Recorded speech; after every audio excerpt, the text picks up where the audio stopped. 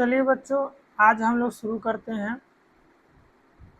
अपना 9th का syllabus. आज हम लोग डिस्कस करने वाले हैं कि 9th क्लास के सब्जेक्ट साइंस को लेके आज हम लोग चलना है। साइंस हमारा आज डिस्कशन का टॉपिक रहेगा कि साइंस सब्जेक्ट में 9th क्लास में हम लोग अभी से ही क्लासिफिकेशन वाइज पढ़ लेते हैं कि साइंस का मेनली 3 सब डिवीज़न या इसको बांटा गया है। पहला है हमारा फिजिक्स, दूसरा है हमारा केमिस्ट्री, बच्चे इसको बहुत अच्छे से जानते होंगे, और तीसरा है हमारा बायोलॉजी।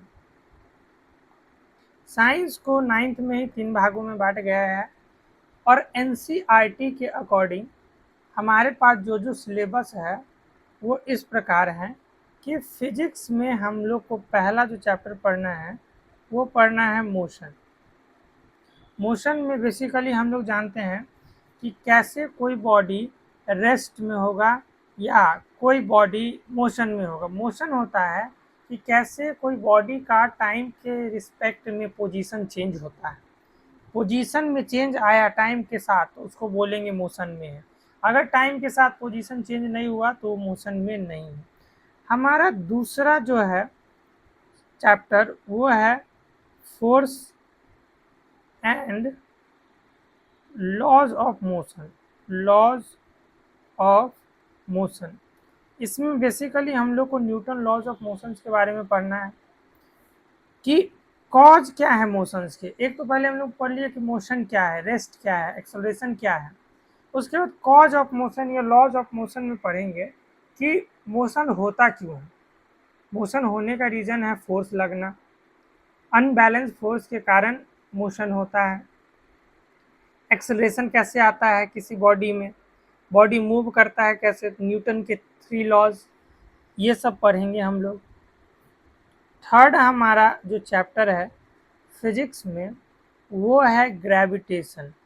ग्रेविटेशन ग्रेविटेशन को न्यूटन ही खोजे थे। वो एप्पल वाला कहानी याद ही होगा आपको। एप्पल जब गार्डन में न्यूटन बैठे हुए थे तो उनके सर पे गिरा था, तो उनको ख्याल आया कि कोई चीज़ है जो चीज़ों को धरती की ओर खींचती है, और उसी को नाम दे दिए ग्रेविटेशन। और भी अदर चीज़ें होंगी जो ग्रेविटेशन में पढ़ना है हमारा। चौथा चैप्टर जो है हमारा वो है वर्क एंड एनर्जी। इस चैप्टर में हम लोग देखेंगे कि कैसे वर्क एनर्जी में और एनर्जी वर्क में कन्वर्ट होता है। अलग अलग फॉर्म के एनर्जी होते हैं, heat energy, electric energy, mechanical energy, sound energy, light भी एक फॉर्म ऑफ एनर्जी है। और अलग अलग फॉर्म ऑफ एनर्जी अलग अलग में वो इंटर कन्वर्टिबल होते हैं। फिर हमारा लास्ट जो फिजिक्स का सिलेबस है उसमें पढ़ना है हम लोग को साउंड। साउंड पढ़ेंगे, वेव पढ़ेंगे। वेव होता क्या है कि डिस्टरबेंस है। साउंड जो होता है वो मैकेनिकल वेव होता है जो मटेरियल मीडियम पे डिपेंड करता है। मतलब अगर कोई मीडियम रहेगा तभी वो प्रोपगेट कर पाएगा। प्रोपगेट का मतलब होता है आगे बढ़ना। केमिस्ट्री में हम लोग शुरू करते हैं। जो हमारा पहला चैप्टर होने वाला है ये होगा मैटर इन आवर सराउंडिंग।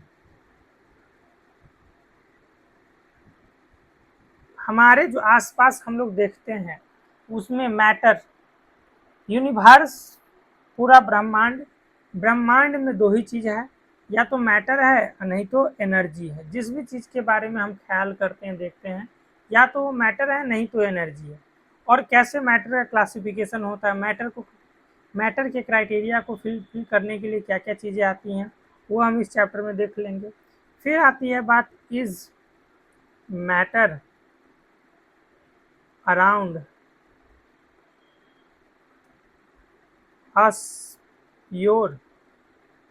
मतलब इसमें हम लोग पढ़ेंगे कि जो मैटर के बारे में हम लोग जो पढ़ते हैं या देखते हैं वो मैटर सारे प्योर है, इम्प्योर है, मिक्सचर है, सॉल्यूशन है, सस्पेंस है, कोलॉइड्स हैं, डिफरेंट फॉर्म में कैसे नेचर में वो एग्जिस्ट करता है। तीसरा है हमारा most important atoms and molecules. Atom and molecules. Molecules, ये बहुत इंपॉर्टेंट चैप्टर है केमिस्ट्री के व्यू से।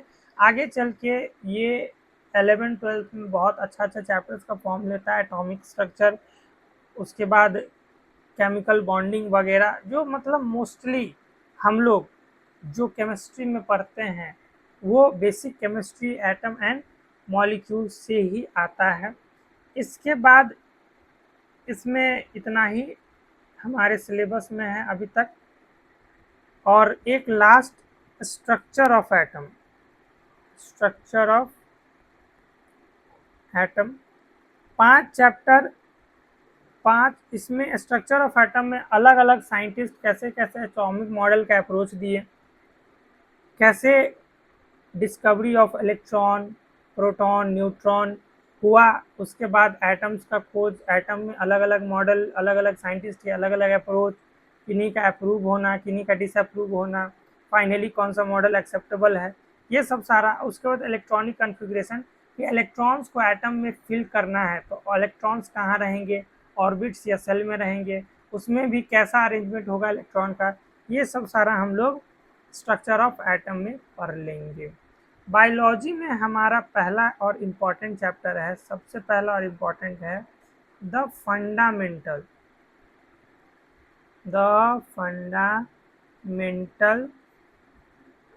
Unit of life, the fundamental unit of life.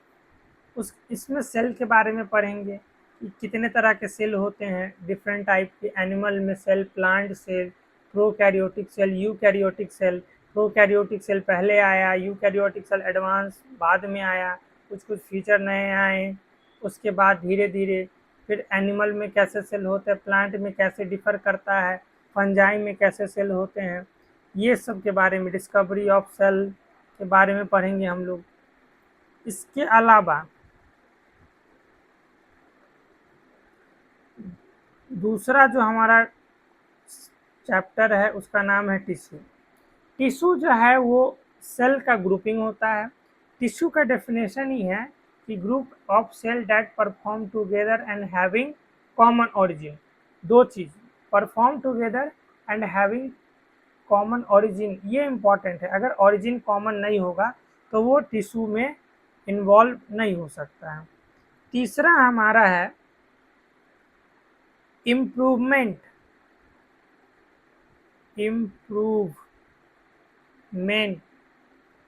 In food resources.